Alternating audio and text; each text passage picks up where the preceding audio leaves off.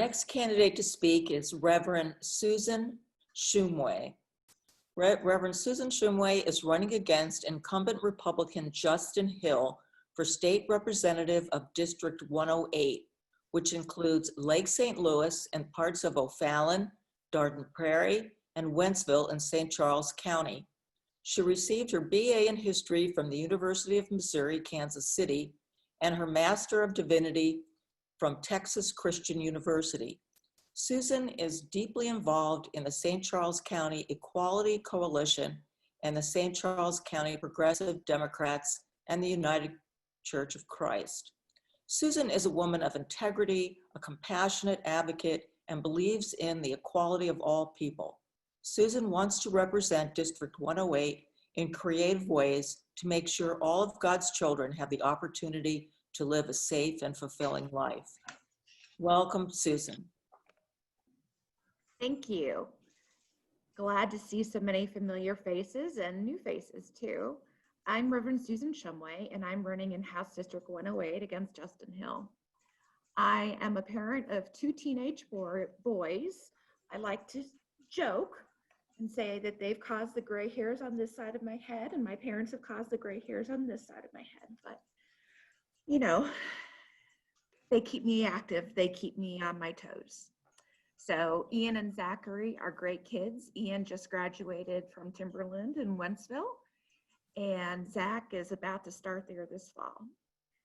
Right now, I'm an ordained UCC minister. I have been for 15 years now, and I'm grounded in that history of social justice and trying to make a difference for this world that we live in. I'm running because I believe that we're all God's kids and we deserve to have a safe and fulfilling life.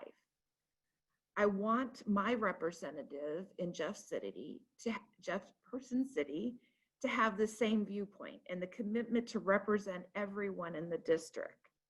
Because I believe that when a person is elected, they represent the people who voted for them. They represent the people who did not vote for them. They voted for their opposition. And they represent the people who did not vote at all. I don't see the same viewpoint from my opponent. I believe that we need to have someone there who is fighting for healthcare reform, expanding Medicaid, who is looking out for those who can't look out for themselves. As a chaplain, I have sat with people and stood with people who are dying because they didn't get their asthma medicine that they needed. I have stood with people who are dying who might have had a chance to live if they had only been covered by healthcare, if they only had healthcare insurance where they could have gotten that cancer diagnosis sooner, or they could have received additional treatment for their congestive heart failure or their lung conditions. It's a very sad situation that we have. Everyone has the right and should have the ability to have access to healthcare. I believe in reaching across the aisle and reaching out and talking to everyone, to listening to their story and being a compassionate advocate and listener. As a chaplain, as a minister, I am there for everyone, whether I agree with them or not. And that has always been a challenge. It will always remain to be a challenge. Because when you are standing there or sitting there talking with someone who believes the exact opposite and your body is just trying to fight and say, no, no, no, you're wrong. And yet you can't do that because you are more to them than just somebody who's going to disagree and discount them. You have to stand up and represent them. And that means you have to listen. And that is very hard to do. And that is something that I have been trained to do, is to listen to people who agree with me, to listen to people who do not agree with me. I want to be that person down in Jefferson City who is representing my community, is listening to people and trying to build those bridges, reaching out a hand and an opportunity.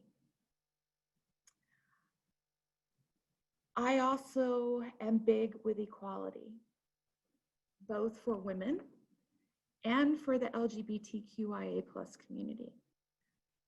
Someone asked me earlier on in my campaign, why do I specifically say LGBTQIA+ community?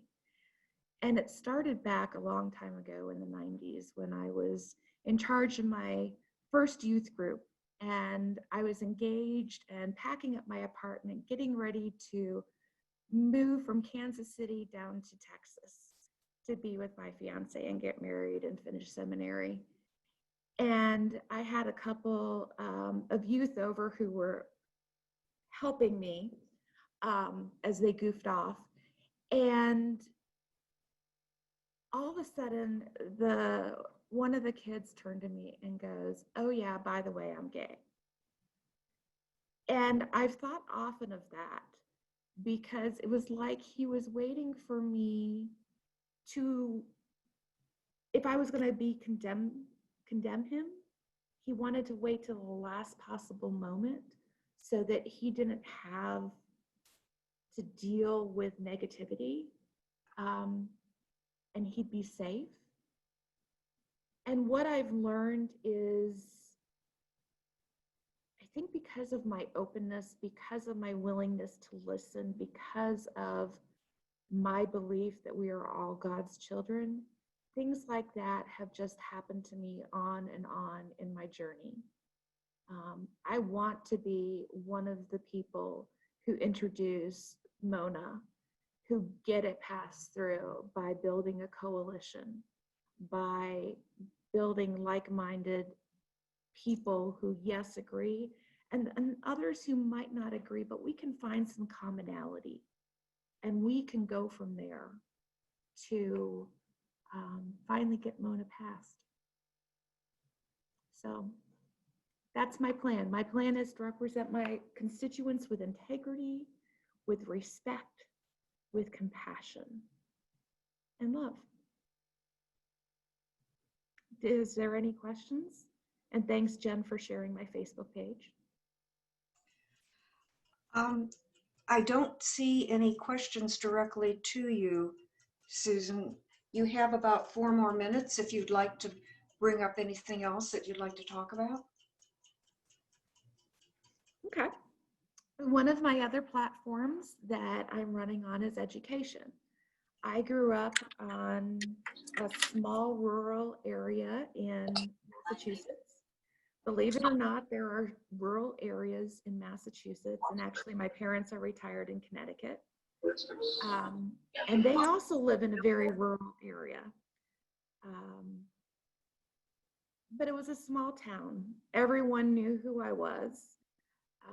Everyone was aware that my grandmothers had taught in the Belchertown high schools for 50 years. They were a force to be reckoned with. Actually, at one of their memorial services, my grandmother was less than 5 feet tall, and had a person that mentioned how they had been scared of her their whole life because she was just a force to be reckoned with. And yet she was just my Grandma Mac, who I loved and adored. They taught me the value of education, that no matter what happens in your life, once you receive an education, it's not something that anyone can ever take care of you. That your foundation that you receive in school is, okay, it's just so foundational, because whether it's teaching you how to do math that you'll then use as you play your games on your phone, or when you're calculating the amount for groceries and what is a better price than another, We do have one question, Susan. Okay. It just came in, and where is it? What are your goals for gun control and safety in Missouri? And you have about a minute left. Okay. So go education. Gun control, I am very concerned about. I am very much a believer that we need common sense gun laws. I do not believe that everyone should have the right to bear arms. I believe in that, but yet not everyone is safe to bear arms, whether it's due to mental health issues, whether it's due to they've been convicted of domestic violence, whether they've been convicted of whatever violent situation. I am a proponent and a believer that there should be common sense gun laws.